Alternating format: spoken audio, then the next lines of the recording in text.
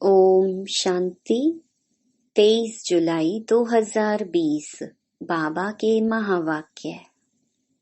मीठे बच्चे, यह तुम्हारा जीवन बहुत बहुत अमूल्य है, क्योंकि तुम श्रीमत पर विश्व की सेवा करते हो। इस हेल को हेवन बना देते हो। प्रश्न: खुशी गायब होने का कारण तथा उसका निवारण क्या है? उत्तर: खुशी गायब होती है, पहला, देह अभिमान में आने के कारण। दूसरा, दिल में जब कोई शंका पैदा हो जाती है तो भी खुशी गुम हो जाती है। इसलिए बाबा राय देते हैं, जब भी कोई शंका उत्पन्न हो तो फौरन बाबा से पूछो। देही अभिमानी रहने का अभ्यास करो तो सदैव खुश रहेंगे। ओम शांति। ऊंच ते ऊंच भगवान और फिर भगवानुवाच बच्चों के आगे। मैं तुमको ऊंच ते ऊंच बनाता हूँ तो तुम बच्चों को कितनी खुशी होनी चाहिए। समझते भी हो, बाबा हमको सारे विश्व का मालिक बनाते हैं। मनुष्य कहते परमपिता परमात्मा ऊंच ते ऊंच है। बाप खुद कहते हैं, मैं तो विश्व का मालिक बनता नहीं हूँ। भगवानुवाच मुझे मनुष्य कहते हैं ऊंच ते ऊंच भगवान, और मैं कहता हूँ कि मेरे बच्चे ऊंच ते ऊंच हैं। सिद्ध कर बताते हैं, पुरुषार्थ भी ड्रामा अनुसार कराते हैं। कल्प पहले मुहाफिक। बाप समझाते रहते हैं, कुछ भी बात ना समझो तो पूछो। मनुष्यों को तो कुछ भी पता नहीं है। दुनिया क्या है, वैकुंठ क्या है। भल कितने भी कोई नवाब मुगल आदि होकर गए हैं। भल अमेरिका में कितने भी पैसे वाले हैं, परंतु इन लक्ष्मी नारायण जैसे तो हो ना सके। वह तो व्हाइट हाउस आदि बनाते हैं, परंतु वहां तो रतन जड़ित गोल्डन हाउस बनते हैं। उसको कहा ही जाता है सुख धाम। तुम्हारा ही हीरो हीरोइन का पार्ट है। तुम डायमंड बनते हो। गोल्डन एज थी, अब है आयरन एज। बाप कहते हैं, तुम कितने भाग्यशाली हो। भगवान खुद बैठ समझाते हैं तो तुमको कितना खुश रहना चाहिए। तुम्हारी यह पढ़ाई है ही नई दुनिया के लिए। यह तुम्हारा जीवन बहुत अमूल्य है, क्योंकि तुम विश्व की सर्विस करते हो। बाप को बुलाते ही हैं कि आकर हेल को हेवन बनाओ। हेवनली गॉड फादर कहते हैं ना। बाप कहते हैं, तुम हेवन में थे ना, अब हेल में हो, फिर हेवन में होंगे। हेल शुरू होता है तो फिर हेवन की बातें भूल जाती हैं। यह तो फिर भी होगा, फिर भी तुमको गोल्डन एज से आयरन एज में जरूर आना है।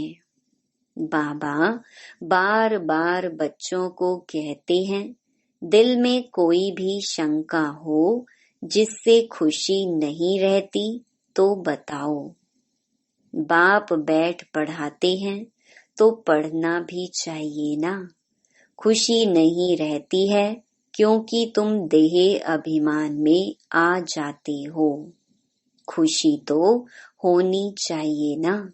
बाप तो सिर्फ ब्रह्मांड का मालिक है, तुम तो विश्व के भी मालिक बनते हो। भल बाप को क्रिएटर कहा जाता है, परंतु ऐसे नहीं कि प्रलय हो जाती है फिर नई दुनिया रचते हैं। नहीं, बाप कहते हैं मैं सिर्फ पुरानी को नया बनाता हूँ, पुरानी दुनिया विनाश कराता हूँ, तुमको नई दुनिया का मालिक बनाता हूँ।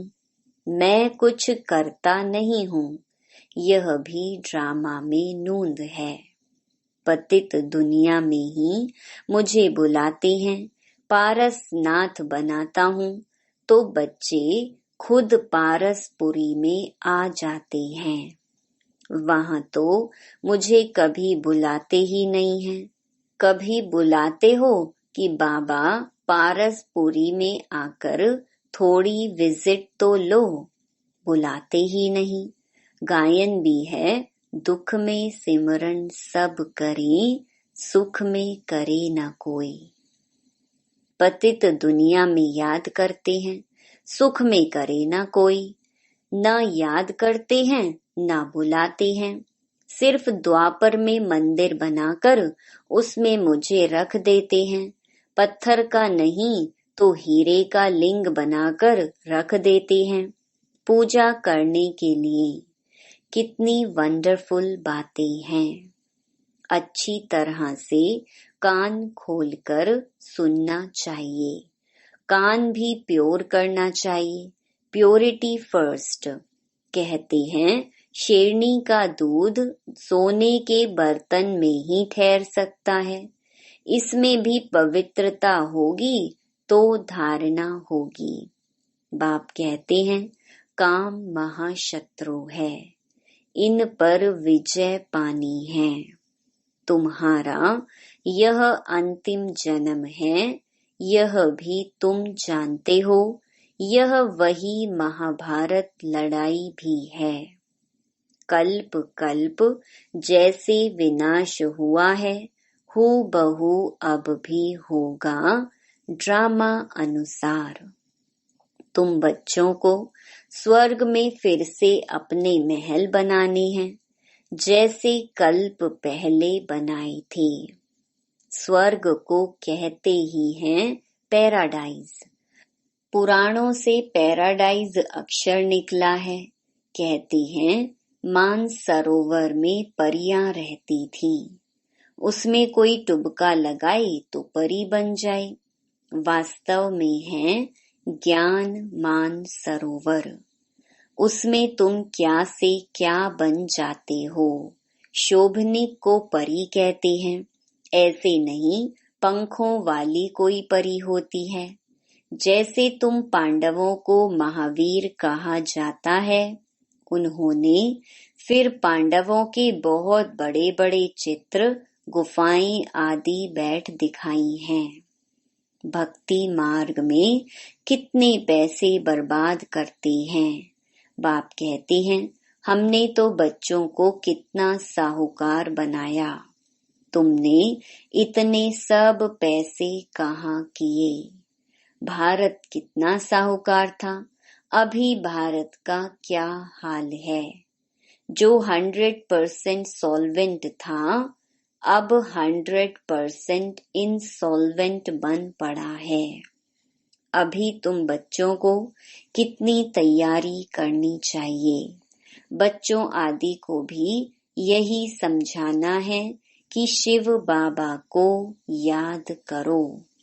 तुम कृष्ण जैसे बनेंगे।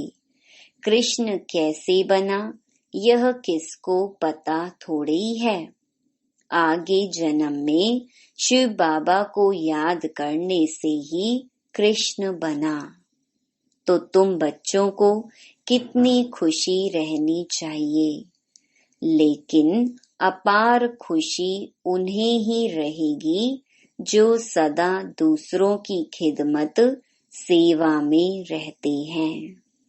मुख्य धारणा चलन बहुत बहुत रॉयल हो, खान पान बहुत सुंदर हो। तुम बच्चों के पास जब कोई आते हैं तो उनकी हर प्रकार से खिदमत करनी चाहिए, स्थूल भी तो सूक्ष्म भी, जिस्मानी रूहानी दोनों करने से बहुत खुशी होगी। कोई भी आए तो उनको तुम सच्ची सत्य नारायण की कहानी सुनाओ। शास्त्रों में तो क्या क्या कहानियां लिख दी हैं। विष्णु की नाभि से ब्रह्मा निकला, फिर ब्रह्मा के हाथ में शास्त्र दे दिए हैं। अब विष्णु की नाभि से ब्रह्मा कैसे निकलते हैं, कितना राज है। और कोई इन बातों को कुछ समझ ना सके। नाभि से निकलने की तो बात ही नहीं है। ब्रह्मा सो विष्णु, विष्णु सो ब्रह्मा बनते हैं। ब्रह्मा को विष्णु बनने में सेकंड लगता है। सेकंड में जीवन मुक्ति कहा जाता है। बाप ने साक्षात्कार कराया, तुम विष्णु का रूप बनते हो। सेकंड में निश्चय हो गया। विनाश साक्षात्कार भी हुआ, नहीं तो कलकत्ता में जैसे राजाई ठाट से रहते थे, कोई तकलीफ नहीं थी, बड़ा रॉयल्टी से रहते थे। अब बाप तुम्हें यह ज्ञान रत्नों का व्यापार सिखलाते हैं। वह व्यापार तो इनके आगे कुछ भी नहीं है, परंतु इनके पार्ट और तुम्हारे पार्ट में फर्क है। बाबा ने इनमें प्रवेश किया और फट से सब छोड़ दिया। भट्ठी बननी थी, तुमने भी सब कुछ छोड़ा। नदी पार कर आए, भट्ठी में पड़े। क्या क्या हुआ, कोई की परवाह नहीं। कहते हैं कृष्ण ने भगाया। क्यों भगाया? उन्हों को पटरानी बनाने। यह भट्ठी भी बनी तुम बच्चों को स्वर्ग की महारानी बनाने के लिए। शास्त्रों में तो क्या क्या लिख दिया है, प्रैक्टिकल में क्या क्या है, सो अब तुम समझते हो। भगाने की बात ही नहीं। कल्प पहले भी गाली मिली थी, नाम बदनाम हुआ था। यह तो ड्रामा है। जो कुछ होता है कल्प पहले मुहाफिक। अभी तुम अच्छी रीति जानते हो, कल्प पहले जिन्होंने राज्य लिया है वह जरूर आएंगे। बाप कहते हैं मैं भी कल्प कल्प आकर भारत को स्वर्ग बनाता हूँ। पूरा 84 जन्मों का हिसाब बताया है। सतयुग में तुम अमर रहते हो, वहाँ अकाले मृत्यु होती नहीं। शिव बाबा काल पर जीत पहनाती हैं। कहती हैं मैं कालों का काल हूँ। कथाएं भी है ना। तुम काल पर विजय पाते हो, तुम जाते हो अमर लोक में। अमर लोक में ऊंच पद पाने के लिए एक तो पवित्र बनना है, दूसरा फिर दैवी गुण भी धारण करने हैं। अपना रोज पोता मेल देखो। रावण द्वारा तुमको घाटा पड़ा है, मेरे द्वारा फायदा होता है। व्यापारी लोग इन बातों को अच्छी रीति समझेंगे। यह है ज्ञान रतन। कोई विरला व्यापारी इनसे व्यापार करे। तुम व्यापार करने आए हो, कोई तो अच्छी रीति व्यापार कर स्वर्ग का सौदा लेते हैं 21 जन्मों के लिए। 21 जन्म भी क्या, 50-60 जन्म तुम बहुत सुखी रहते हो, पदम पति बनते हो। देवताओं के पैर में पदम दिखाते हैं ना, अर्थ थोड़े ही समझते हैं। अभी तुम पदम पति बन रहे हो तो तुमको कितनी खुशी होनी चाहिए। बाप कहते हैं, मैं कितना साधारण हूँ, तुम बच्चों को स्वर्ग में ले जाने आया हूँ। बुलाते भी हो, हे पतित पावन आओ, आकर पावन बनाओ। पावन रहते ही हैं सुख धाम में। शांति धाम की कोई हिस्ट्री ज्योग्राफी तो हो नहीं सकती। वह तो आत्माओं का झाड़ है, सूक्ष्म वतन की कोई बात ही नहीं। बाकी यह सृष्टि चक्र कैसे फिरता है वह तुम जान गए हो। सतयुग में लक्ष्मी नारायण की डायनेस्टी थी। ऐसे नहीं, एक ही लक्ष्मी नारायण सिर्फ राज्य करते हैं, वृद्धि तो होती है ना। फिर द्वापर में वही पूज्य, सो फिर पुजारी बनते हैं। मनुष्य फिर परमात्मा के लिए कह देते, आपे ही पूज्य। जैसे परमात्मा के लिए सर्वव्यापी कह देते हैं। इन बातों को तुम समझते हो। आधा कल्प तुम गाते आए हो, ऊंच ते ऊंच भगवान, और अब भगवानुवाच ऊंच ते ऊंच बच्चे हो। तो ऐसे बाप की राय पर भी चलना चाहिए ना। गृहस्थ व्यवहार भी संभालना है। यहाँ तो सब रह ना सके। सब रहने लगे तो कितना बड़ा मकान बनाना पड़े। यह भी तुम एक दिन देखेंगे कि नीचे से ऊपर तक कितनी बड़ी क्यू लग जाती है दर्शन करने के लिए। कोई को दर्शन नहीं होता है तो गाली भी देने लग पड़ते हैं। समझते हैं महात्मा का दर्शन करें। अभी बाप तो है बच्चों का, बच्चों को ही पढ़ाते हैं। तुम जिसको रास्ता बताते हो, कोई तो अच्छी रीति चल पड़ते हैं, कोई धारणा कर नहीं सकते। कितने हैं जो सुनते भी रहते, फिर बाहर में जाते हैं तो वहां के वहां रह जाते। वह खुशी नहीं, पढ़ाई नहीं, योग नहीं। बाबा कितना समझाते हैं, चार्ट रखो, नहीं तो बहुत पछताना पड़ेगा। हम बाबा को कितना याद करते हैं, चार्ट देखना चाहिए। भारत के प्राचीन योग की बहुत महिमा है। तो बाप समझाते हैं, कोई भी बात नहीं समझो तो बाबा से पूछो। आगे तुम कुछ भी नहीं जानते थे। बाबा कहते हैं, यह है कांटों का जंगल। काम महाशत्रु है। यह अक्षर खुद गीता के हैं। गीता पढ़ते थे परंतु समझते थोड़े ही थे। बाबा ने सारी आयु गीता पढ़ी। समझते थे गीता का महात्म बहुत अच्छा है। भक्ति मार्ग में गीता का कितना मान है। गीता बड़ी भी होती है, छोटी भी होती है। कृष्ण आदि देवताओं के वही चित्र पैसे पैसे में मिलते रहते हैं। उन्हीं चित्रों के फिर कितने बड़े बड़े मंदिर बनाते हैं। तो बाप समझाते हैं, तुमको तो विजय माला का दाना बनना है। ऐसे मीठे मीठे बाबा को बाबा बाबा भी कहते हैं। समझते भी हैं, स्वर्ग की राजाई देते हैं। फिर भी सुनंती कथंती अहो माया फारकती देवंती। बाबा कहा तो बाबा माना बाबा। भक्ति मार्ग में भी गाया जाता है, पतियों का पति, गुरुओं का गुरु एक ही है। वह हमारा फादर है।